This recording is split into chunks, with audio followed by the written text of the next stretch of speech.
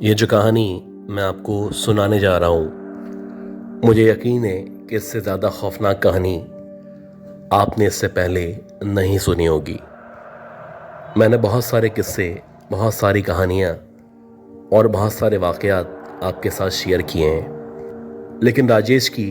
जब ये स्टोरी मैंने सुनी तो कुछ देर तक मैं सोचता रहा कि अगर किसी के साथ इस तरह के वाक़यात पेश आना शुरू हों तो क्या उसके लिए नॉर्मल बिहेव करना या सब कुछ नॉर्मल रखना मुमकिन हो सकता है। ये बताते हैं कि हम लोग अक्सर अपने नाना नानी के घर में वेस्ट बंगाल कलकत्ता में रुकने के लिए जाया करते थे। हम लोगों की कोशिश होती थी कि ख़ास तौर पे गर्मी के दिनों में, जून जुलाई में, जबकि हमारी छुट्टियां पड़ा करती हैं, वहाँ पे जाएं। इसी तरह जो हमारी दूसरी खालाएं थीं, दूसरे मामू थे या जो भी और दीगर रिश्तेदार थे, वो सारे के सारे नानी के घर में रुकने के लिए आया करते थे। 1991 में जब हमारे नाना का इंतकाल हो चुका था तो उसके बाद 1992 में यह हमारा पहला विजिट था। एक तरह से आप कह सकते हैं कि इस दफ़ा जब हम अपनी नानी के घर में जाने वाले थे तो हमारे नाना के इंतकाल को ना सिर्फ 1 साल हो चुका था, बल्कि उनकी पहली बरसी थी जो हम वहाँ जाके मनाने वाले थे। हमारे नाना नानी का जो वेस्ट बंगाल के अंदर, कलकत्ता के अंदर घर मौजूद था, बेसिकली ये एक गांव नुमा जगह थी और आप कह सकते हैं कि इसके चारों तरफ एक बहुत बड़ा सा ना सिर्फ जंगल मौजूद था, बल्कि अगर आपको इस गांव में या इस इलाके में जाना है तो आपको काफ़ी ज़्यादा सफ़र सन्नाटे में या वीराने में तय करना होता था। ये जो एरिया था, यहाँ पे जितने भी घर मौजूद थे या जितने भी लोग रहा करते थे, जैसे कि आमतौर पे गांव में लोग मिलनसार हुआ करते हैं, एक दूसरे की खुशी में, एक दूसरे के गम में शामिल हुआ करते हैं, वैसे ही इस गांव के या इस इलाके के लोग थे जो एक दूसरे की खुशी में, एक दूसरे के गम में ना सिर्फ शामिल हुआ करते थे, बल्कि जिस हद तक हो सकता था एक दूसरे को सपोर्ट करने की कोशिश किया करते थे। इन घरों के दरमियान जो हमारे नाना नानी की हवेली मौजूद थी, ये बेसिकली एक टिपिकल हवेली नुमा जगह थी, जैसे कि आमतौर पे गए वक्तों में या पार्टीशन से पहले अंग्रेज़ों के दौर में हवेलियां हुआ करती थीं, वैसे ही एक बहुत बड़ी सी हवेली थी जिसके चारों अतराफ गांव मौजूद था और उसके बाद जंगल मौजूद था। जबकि अगर आप हवेली के अंदर की तरफ की बात करें तो हवेली के चारों तरफ गैलरी नुमा जगह मौजूद थी, फिर कुछ कमरे बने हुए थे और उसके बाद जो बीच का हिस्सा था वो ना सिर्फ सहन पे मुश्तमिल था, बल्कि उस सहन नुमा जगह में कुछ बड़े बड़े दरख्त मौजूद थे। ये जो हवेली थी ये हमारे पुरखों की, हमारे आबा अजदाद की बहुत पुरानी हवेली थी और कहा जाता है कि सदियों से जो हमारे आबा अजदाद थे वो इस हवेली में ना सिर्फ रहते चले आए थे, बल्कि इनकी गए वक्तों में हुक्मरानी भी हुआ करती थी।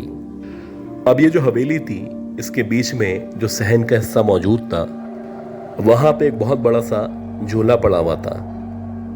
और जब हमारे नाना हुजूर जिंदा हुआ करते थे तो अक्सर जैसे ही सनसेट होने वाला होता था या सनसेट हो जाया करता था तो वो नानी के साथ ना सिर्फ उस झूले पे घंटों तक बैठे रहते थे, बल्कि वहाँ पे बैठ के मुख्तलिफ काम अंजाम दिया करते थे। हमारे नाना और नानी ने उम्र का एक बड़ा हिस्सा था जो इस झूले पे ना सिर्फ एक साथ गुजारा था, बल्कि इस कदीम झूले से मेरे नाना नानी की बहुत सारी यादें वाबस्ता थीं। नानी बताया करती थी कि जब मैं 13 या 14 साल की थी और तुम्हारे नाना जब 15 साल के थे तो इतनी कम उम्र में न सिर्फ हमारी शादी कर दी गई थी, बल्कि हमें एक दूसरे के साथ गुजारने के लिए भरपूर टाइम मिला था। नानी बताया करती थी कि इनके नाना के साथ जो ताल्लुकात थे वो ना सिर्फ एक बीवी वाले ताल्लुकात थे, बल्कि आपस में इनकी बहुत ज़्यादा अंडरस्टैंडिंग हुआ करती थी। किसी भी मसले को डिस्कस करना हो, कोई भी प्रॉब्लम हो या ख़ानदान के अंदर किसी भी किस्म का मसला दरपेश हो तो ये लोग आपस में इत्तेहाद के साथ डिस्कशन के बाद उस मसले को सॉल्व किया करते थे। नानी बताया करती थी कि तुम्हारे नाना के इंतकाल से कुछ अरसे पहले कुछ अजीब तरह के वाक़यात थे जो ना सिर्फ होना शुरू हो चुके थे, बल्कि कुछ ऐसी बातें थीं जो मेरी समझ से बाहर थी कि बिला आखिर ये क्यों होना शुरू हो चुकी हैं। नानी बताती थी कि जैसे नाना का इंतकाल होने वाला था तो उनके इंतकाल से कुछ दिन पहले रोज़ाना मगरिब के बाद एक अजीब सा जैकल था जो जंगलों से या फिर किसी करीबी गांव से हमारे घर के बाहर या हवेली के बाहर आके बैठ जाता था और काफ़ी देर तक वहाँ पे बैठ के रोता रहता था। इसके साथ साथ नाना का ये भी कहना था कि उनको कुछ अजीब से साए दिखाई देते हैं और ऐसा लगता है कि कुछ साए हैं जो उनके पास आके खड़े होना शुरू हो चुके हैं। नानी बताती थी कि नाना के इंतकाल से एक दिन पहले नाना बताया करते थे कि उनके जो अपने मरहूम वालिदैन थे वो उनको नज़र आना शुरू हो चुके हैं। और जब उनके साथ इस तरह के वाक़यात होना शुरू हुए तो इन वाक़यात के 2 या 4 दिन के अंदर अंदर नाना का इंतकाल हो गया। खैर, इसी तरह जब हम अपने नाना के इंतकाल के बाद अपनी नानी के घर में गए और हम सारे के सारे लोग मगरिब के टाइम या मगरिब के बाद एक साथ बैठे हुए थे, तो वैसे ही नाना के बारे में बहुत सारी बातें हमने करना शुरू की। नानी बहुत सारी बातें थी जो नाना के बारे में ना सिर्फ बता रही थी, बल्कि साथ साथ उन्होंने ये भी बताया कि जो हमारे नाना थे वो लोगों की अक्सर मदद किया करते थे। तो उनके इंतकाल से कुछ दिनों पहले एक फ़कीर था जो कि नाना के घर का विज़िट किया करता था और वो अक्सर नाना को बोला करता था कि तुम्हारे जितने भी काम रह चुके हैं उनको मुकम्मल कर लो, क्योंकि तुम्हारे पास बहुत थोड़ा सा टाइम है जो रह गया है। अब जबकि नानी नाना के बारे में ये सारे वाक़यात बता रही थी तो हम सबको एकदम से एक अजीब सी आवाज़ सुनाई दी। ऐसा लगा कि जो सहन है जहाँ पे नाना बैठा करते थे या जहाँ पे एक बहुत बड़ा सा झूला मौजूद है, उस सहन के अंदर गांव के बाहर की तरफ से कोई दीवार कूद के अंदर आया है। अब क्योंकि जितने भी लोग थे वो सारे के सारे एक जगह कमरे में मौजूद थे, लेकिन किसी के सहन में कूदने की ये जो आवाज़ थी ये वाज़े सुनाई दी थी। अब जैसे ही किसी के कूदने की आवाज़ सुनाई दी तो पहले तो हमारे मामू वगैरह या जो भी हम लोग थे, हम सारे के सारे समझे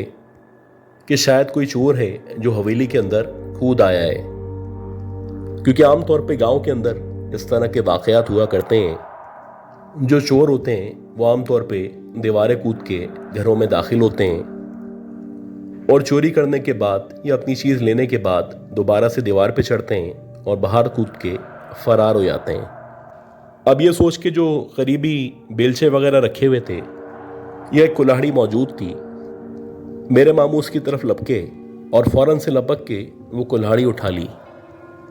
मेरे मामू फौरन से सहन की तरफ जाना चाहते थे और वो चाहते थे कि जो भी चोर है उसको जाके पकड़ें या कम से कम उसको कोई ना कोई नुकसान पहुंचाएं। जैसे ही मामू सहन की तरफ बढ़ने लगे तो एकदम से वो जो हमारी नानी थी उन्होंने कहा कि रुको, मजीद आगे मत जाओ। अब हम सारे के सारे लोग हैरान थे कि अगर हमारी हवेली में या हमारी नानी की हवेली में कोई चोर है जो कूद के आ चुका है तो बिला आखिर ये उसको पकड़ने से या वहां जाने से क्यों रोक रही हैं। नानी ने कहा कि रुको, अभी वहां पे मत जाओ। ये जो मौसम है, यानी कि जो मौसम में गर्मा है, इस मौसम में आमतौर पे चोर नहीं आया करते, क्योंकि चोरों को भी अंदाजा होता है कि गांव के घरों में, खासतौर पे हवेलियों में, गर्मियों की छुट्टियों में बहुत ज्यादा रौनक हुआ करती है। वहां पे जो भी मौजूद है वो कम से कम चोर नहीं है। अब जिस दौरानिये में जबकि ये नानी ये सारी बातें हमें बता रही थी तो एकदम से सहन की तरफ से ऐसा लगने लगा जैसे किसी सामान के घसीटने की या किसी ऑब्जेक्ट को खींचने की आवाज आ रही है। बज़ाहिर ऐसा लग रहा है कि किसी सामान को या तो घसीटा जा रहा है या कोई ना कोई है जो वहां पे मौजूद है, और ना सिर्फ मौजूद है बल्कि अपने जिस्म को खींचता हुआ आगे की तरफ बढ़ता चला जा रहा है। तकरीबन 2 या 3 मिनट तक इस तरह की आवाज़ आती रही और उसके बाद जो आवाज़ आना शुरू हुई, उस आवाज़ ने हम सबको ना सिर्फ डरा के रख दिया बल्कि हम सबके औसान खता हो चुके थे। ऐसा लग रहा था जैसे हम सबके ऊपर कपकपी तारी हो चुकी है। एकदम से सहन की तरफ से झूला चलने की आवाज़ सुनाई देने लगी। ऐसा लग रहा था जैसे जो भी सहन के अंदर कूदा है अब वो बाकायदा ना सिर्फ झूले पे बैठ चुका है बल्कि झूले पे बैठने के बाद मुसलसल इसको चलाना शुरू कर दिया है। और जो भी वहां पे मौजूद था ना सिर्फ वो वहां पे मौजूद था बल्कि बहुत तेजी के साथ झूले को इस्तेमाल कर रहा था। 2 से 3 मिनट तक हम सब के सब लोग जो कि नानी के घर में मौजूद थे एक सकते की सी हालत में थे और हमारी समझ से बाहर था कि यह सब कुछ बिलाखिर क्या चल रहा है। अब जब मुसलसल झूला चलने की आवाज आने लगी तो जो मेरी नानी थी वो कहने लगी कि तुम लोग यहीं पे रुको, मैं जाती हूँ, देखती हूँ और जो भी वहां पे मौजूद है उसको कहती हूँ कि यहां से वापस चले जाओ। ये एक बड़ी अजीब सी बात थी जो नानी कह रही थी और ये किसी की भी समझ से बाहर था कि बिलाखिर ये जो बात कर रही हैं ये किसकी बात कर रही हैं। खैर, जब नानी आगे बढ़ने लगी तो जो हमारे मामू थे वो कहने लगे कि अम्मा आप ना जाएं, हमें जाने दें, हम जाके देखते हैं कि आखिर कौन है जो वहां पे झूले पे बैठा हुआ है। अब नानी अपने तौर पे मामू को या हम सबको रोकना चाहती थी लेकिन हमारे जो मामू थे वो बज़िद थे। वो कहने लगे कि मैं आपको नहीं जाने दूंगा। और ऐसा ही हुआ कि बिलाखिर जब मामू ने जिद की तो नानी कहने लगी कि ठीक है, अगर तुम्हारा शौक है तो तुम जाओ और जाके देख लो। अब जैसे ही मामू उनके पीछे पीछे मुमानी और उनके साथ साथ हम लोग जब सहन की तरफ जाने लगे तो जो हमारे मामू थे वो सबसे आगे मौजूद थे, उनके पीछे पीछे हम सब चल रहे थे और तकरीबन हम 15 या 16 अफराद थे जो ना सिर्फ सहन में जाना चाहते थे बल्कि हम वहाँ जाके देखना चाहते थे कि आखिर कौन है जो सहन पे ना सिर्फ मौजूद है बल्कि मुसलसल झूला झूल रहा है। अब जैसे ही मामू खिड़की के करीब पहुंचे और उन्होंने खिड़की से बाहर की तरफ झांकना शुरू किया तो कुछ सेकंड के अंदर अंदर मामू के चेहरे का जो कलर था वो ना सिर्फ फक हो चुका था बल्कि ऐसा लग रहा था कि उनके पसीने छूटना शुरू हो चुके हैं। एक अजीब सी कपकपी थी जो ना सिर्फ उन पे तारी थी बल्कि देखते ही देखते जो उनके हाथ में कुल्हाड़ी या जो भी बेलचा मौजूद था वो देखते ही देखते जमीन पे गिर चुका था। अब जब मामू की ऐसी हालत देखी तो जो मुमानी थी वो एकदम से आगे बढ़ी और जब उन्होंने भी खिड़की से बाहर की तरफ देखा तो बाहर देखने के बाद उनका जो मुंह था वो ना सिर्फ खुला का खुला रह गया बल्कि ऐसा लग रहा था जैसे काटो तो लहू नहीं। बारी बारी जितने भी लोग थे वो एक एक करके खिड़की से बाहर की तरफ झांक रहे थे और जैसे ही खिड़की से बाहर की तरफ वो लोग देखते थे तो ऐसा लगता था जैसे उनके सामने उनकी मौत मौजूद है। एक अजीब सूरत हाल थी, सारे के सारे लोग डरे हुए थे। इसी दौरानिये में जो हमारी नानी थी वो पीछे से एकदम आगे की तरफ आई। वो कहने लगी कि मैं तुम्हें इसीलिए ही मना कर रही थी कि तुम लोग वहां पे ना जाओ। अब तुम्हारा शौक पूरा हो गया और ये आज की बात नहीं है, पिछले काफी अरसे से मैं ये देख रही हूं कि अक्सर तुम्हारे जो नाना हैं वो यहाँ पे आके बैठ जाते हैं और ना सिर्फ वो इस झूले पे आके बैठ जाते हैं बल्कि घंटों तक झूले पे बैठ के झूला झूलते रहते हैं। खैर, ये कहने के बाद जो हमारी नानी थी वो एकदम से मजीद आगे बढ़ी और जितने भी बच्चे या मामू वगैरह वहाँ पे मौजूद थे उन सब के सब लोगों को इन्होंने पीछे कर दिया। अब जब इन लोगों को पीछे कर दिया तो इनको पीछा करने के बाद ये गेट के रास्ते से सहन की तरफ गईं और सहन की तरफ जाके जो दरवाज़ा था उस दरवाजे को बाहर की तरफ से बंद कर दिया। अब बाहर नानी मौजूद थी और झूले के ऊपर हमारे मरहूम नाना मौजूद थे, जो कि इस दुनिया से तकरीबन 1 साल पहले हम सबको छोड़ के जा चुके थे। एक अजीब कश्मकश थी जो हमारे दरमियान मौजूद थी और ऐसा लग रहा था सब के सब एक ख्वाब देख रहे हैं। अब नानी मंजर से तो गायब हो चुकी थी, लेकिन जैसे ही वो बाहर की तरफ गईं तो उन्होंने एकदम से जोर जोर से चीख के बोलना शुरू किया कि तुम्हारा इस दुनिया से अब ताल्लुक खत्म हो चुका है। तुम हर दूसरे दिन यहाँ पे क्यों आया करते हो? अब तुम यहाँ से चले जाओ और वापस खुदा के पास चले जाओ। अगर तुम इसी तरह यहाँ पे आते रहोगे तो हम सब का यहाँ पे रहना या यहाँ पे मजीद रुकना नामुमकिन हो जाएगा। तुम्हें खुदा का वास्ता कि आज के बाद यहाँ पे वापस नहीं आना। ये कहने के बाद जो नानी थी वो रोती हुई वापस से ना सिर्फ कमरे के अंदर आ गई, बल्कि वो हम सबको भी कहने लगी कि वापस से मजीद अंदर की तरफ चलो, और जब तक मैं ना कहूँ सहन की तरफ या झूले की तरफ मत जाना। अब ये जो रात थी ये हम सब पे ना सिर्फ बहुत भारी रात थी, ऐसा लग रहा था कि हम सब लोगों की नींद उड़ चुकी है। ये पूरी की पूरी रात हम लोगों ने ना सिर्फ जाग के गुजारी, बल्कि एक अजीब सा खौफ था जो मुसलसल हमें याद दिला रहा था कि बाहर जो झूला मौजूद है वहां पे अब भी नाना बैठे हुए हैं। खैर कुछ मजीद दिन हम लोगों ने वहां पे गुजारे, और जब हमारी गर्मियों की छुट्टियां खत्म हुई तो हम वापस से अपने घर अपने शहर में आ चुके थे। ये जो वाकया था एक इस तरह का वाकया था जिसके बारे में हम जब भी सोचा करते थे तो हमारे ना सिर्फ रोंगटे खड़े हो जाते थे, बल्कि हमें यकीन ही नहीं आता था कि एक ऐसा शख्स जो इस दुनिया से जा चुका है, जिसका इस दुनिया से ताल्लुक़ ख़त्म हो चुका है, वो भला क्यों कर हवेली में वापस आया करता है, और ना सिर्फ वापस आया करता है बल्कि घंटों तक उस झूले पे बैठ के झूला झूलता रहता है। इस दौरानिए में कि जब तक हमारी नानी जिंदा थी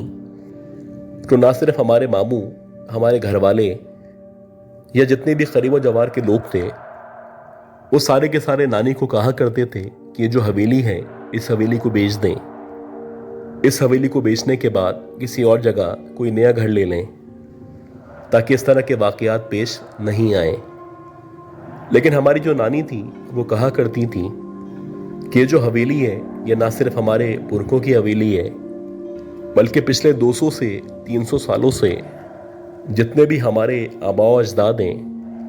वो इस हवेली में ही पैदा हुए थे और इस हवेली में ही मर के गए थे।